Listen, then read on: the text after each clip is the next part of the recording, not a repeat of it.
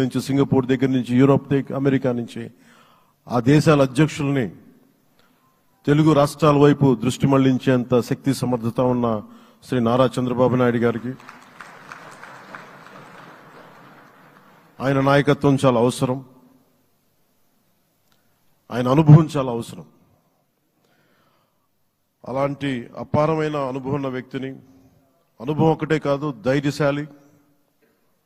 ఈ రోజుకి నాకు ఒకటే గుర్తుంటుంది, మన తాడేపల్లిగూడెం సభలో చెప్పాను, చాలా క్లేమోర్ మైన్స్ పేలిపోతే జీప్ ఎగిరిపోయి కింద పడితే చొక్కా దులుపుకొని ఆయన మళ్ళీ వచ్చి రాజకీయం చేసిన వ్యక్తి. ఈ రోజున సైబరాబాద్ ఉంది అంటే అది శ్రీ చంద్రబాబు నాయుడు గారి దార్శనికత. అలాంటి వ్యక్తి, ఆయన అనుభవం ఈ రోజున 2024 ఆంధ్రప్రదేశ్కి ఎన్డీఏ కూటమి తరపు నుంచి ముఖ్యమంత్రి అభ్యర్థిగా శ్రీ నారా చంద్రబాబు నాయుడు గారి పేరుని జనసేన పార్టీ పక్షాన నుంచి మేము బలపరుస్తున్నాం.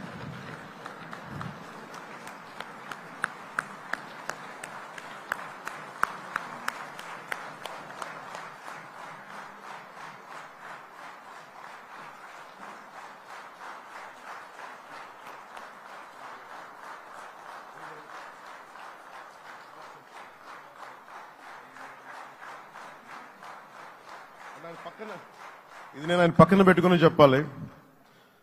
ఆయన నలిగిపోయారు. జైల్లో చూశాను ఆయన. పాపం భువనేశ్వర్ గారి బాధను చూశాను. నేను అనుకున్నాను, అమ్మ మీరు కన్నీళ్ళు పెట్టకండి, మంచి రోజులు వస్తాయని చెప్పిన మంచి రోజులు వచ్చినాయి. వారికి మనస్ఫూర్తిగా వారికి నా హృదయపూర్వక శుభాకాంక్షలు. మీరు అద్భుతమైన పాలన ఇవ్వాలి, అందరికీ మనస్ఫూర్తిగా మీకు నేను తెలియజేసుకున్నాను సార్. సో ఇప్పుడు శ్రీ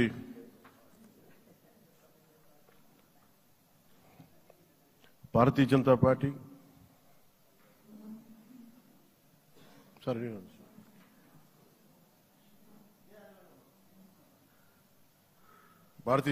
అధ్యక్షురాలు శ్రీమతి దగ్గుపాటి పురంధేశ్వరి గారిని వారిని వచ్చి వారి మద్దతు తెలియ